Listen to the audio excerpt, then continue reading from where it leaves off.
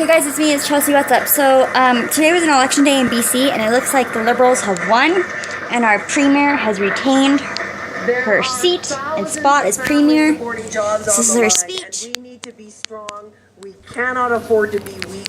We need to be focused. We cannot be distracted by partisanship. We need to be united. Her son is really distracting with his hands, by the way. Work with the other parties to He's like do what twisting needs them, to be done. and Fighting to preserve. if you're gonna twist your hands like that, I have no problems with it. Like, it's hard not to be nervous, especially in a big group, like a big crowd like that, on TV and he's a young kid. But if you're gonna be nervous and twist your hands, hold your hands behind your back and twist them behind your back, out of sight.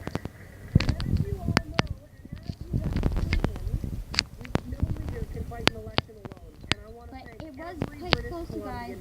I mean, 41 to 43 is pretty close.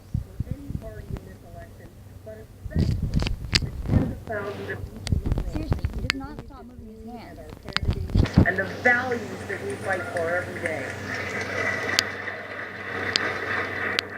And unlike the last election that she won, she's leader of our Liberal Party, so the Liberals won.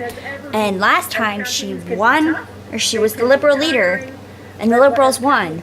But she didn't win her riding, so she actually had to go and they did a re-election in a riding, West Kelowna, which she won today. But I thought that was really interesting. So the MLA in West Kelowna in the previous election had to step down to let her run a re-election in that riding, which was very nice of him, because they didn't have to do it that way. They could have actually re-elected a party leader. In politics is just not easy, and it's not. Now he's relaxed. Look, good boy. And I want to say thank you, Hamish, for bearing with me, for always being there with me, and for always being. They do look alike.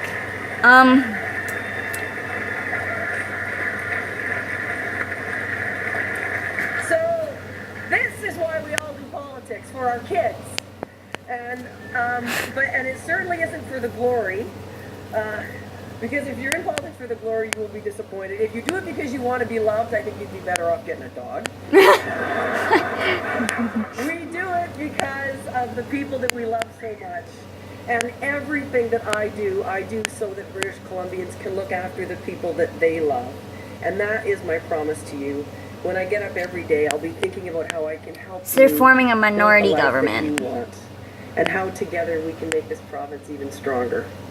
Because I believe in the people of British Columbia, people who can defy the doubters, who can accomplish anything if you are just given half a chance.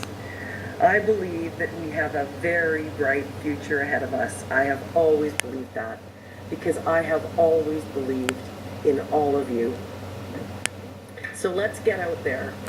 Let's build a strong BC. Let's seize that. And I just want to point out some numbers here. The Green Party got 3 seats. That's a 2-seat increase than last time, I believe. Last time, I believe they only got 1 seat. So it's great to see. And it's great to see that they weren't totally, like, ahead. I'm kind of, like, I wasn't totally invested in this election. Like, it didn't matter too much to me either way about who won.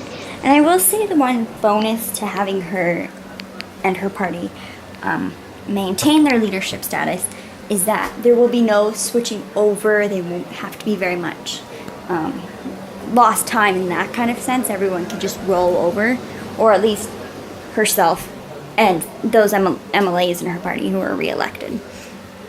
Like in my riding, our Liberal MLA was re-elected. Yay! But yeah, so I mean, there are pros and cons, and it was a really tight election, and in my riding, I actually voted for our independent candidate because his main platform and concern was healthcare, and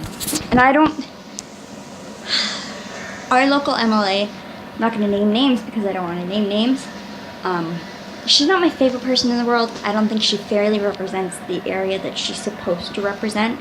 I do think that she strongly favors and fully represents a specific part of where we live more than she does for other parts. and it's such a huge riding where we live in. And so I can imagine it's quite hard kind of campaign and get to know everyone and win a seat, because we are such a huge riding. And there's just so many different issues across our area. But I was pretty proud of my independent candidate. He actually got 1,000 votes, so that was more than we kind of expected he would. So he came in third, I believe. And I mean, a Green candidate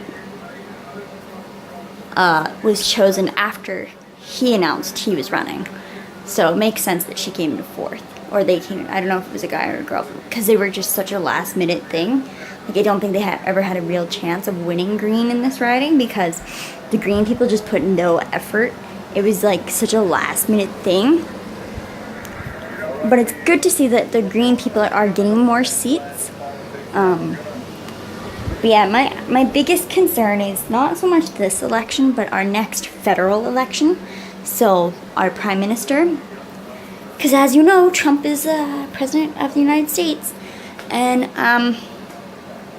that election, the federal election of Canada, the future one, I don't know what it is, maybe a few years from now, it stresses me out already. Because we just have to choose someone who can cooperate with Trump.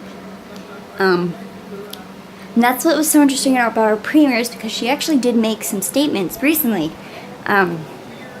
publicly, about Trump that, in my opinion, weren't that smart, but clearly is not a huge deal because she won. But she had some very interesting choice words to say about him, which I didn't think she should be saying, but whatever. It clearly didn't affect her election outcome. But in my opinion, America is such a powerhouse, and even though Trump, like President Trump, might not be the greatest person in the world, or might not be the best leader in the world, you kind of want your leaders to at least cooperate with him. Because you don't want to do, you don't want to create negative tension. I think that's the best and most political way to put it. And without being biased and talking too much, you need to find leaders that can all cooperate and work together. And she works with our prime minister, our premier, and she might not deal with Trump specifically, but it does concern me that she has made some remarks recently and said some things, and it really worries me, because America is such a powerhouse. Like it or not, Trump is a powerhouse. And it's an interesting time, you guys. But the French election was also just happening in France, and they just elected a new leader, and I believe the leader they chose, there's two opposite parties. The one leader kind of was voting, or was like pushing for separation from the UK or Europe, it was a separatist movement. And the other person was more interested in strengthening relations with the European Union. And they won. I believe they won. It's just, so this is the NDP guy speaking. Mitzi Dean on Vancouver Island. Or is this the Green guy speaking? We elected Janet Rutledge in Burnaby North. We elected Ann Kane. And we elected my friend, the Olympian Rowdy Callon. I feel like this is the Green Party. 18 of our candidates are women, and we're just... Nope, maybe not. I don't know.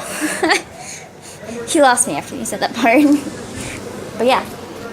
So, I mean, it is what it is, whatever. But last night I did send a very interesting email out, talking about my health concerns and my concerns, and about all my struggles personally to the candidates and the parties. Like, not just my local candidates, but the official parties too. And it'll be interesting to see, because I only got a response from one person on Facebook, because I couldn't find an email for her, and she replied right away at like 8 in the morning. Not the MLA that was reelected either. a different one, but it'll be interesting to see that and see if I get any other responses. But I fully intend to write more formal letters to my newly elected MLA and health minister when a health minister is announced, and I will also be writing to a health minister critic, because I'm kind of done playing by the rules, and I just don't. My situation is so complex and so complicated and difficult. Things are just, it's too difficult to keep playing by these people's rules and letting these people rule your life. Not saying that it's necessarily politicians that are the problem, but it's just everything keeps adding up to make a big problem, and somebody has to deal with it now. Somebody out there has to help me, I hope. Yeah, okay, so that was the election update. I hope you voted. It's very important to vote.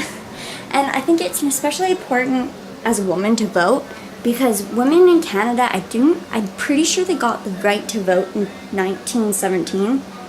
So essentially 100 years ago. And so that's really great, but it's sad that it took such a long time to get the vote, and it's such a privilege that so many people worked so hard to get us this right to be able to vote as a woman.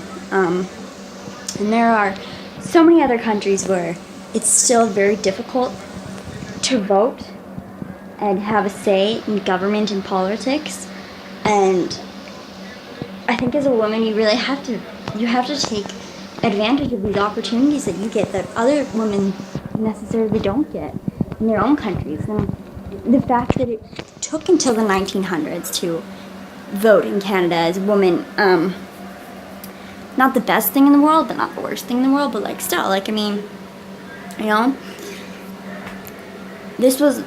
took a long time to get this right, so we have to do it. It's really important. I feel very strongly about women. I'm not into pressuring other people to vote, but I just personally feel really strongly that it's an important thing for me to do as a female. Yeah. It's all very interesting, so we'll see where it goes. But at least, never mind, I'm not going to say that. Okay, so we're done. Thanks for watching. I hope you find a reason to smile, because smiling is important, guys, and I hope you have a great day. Bye!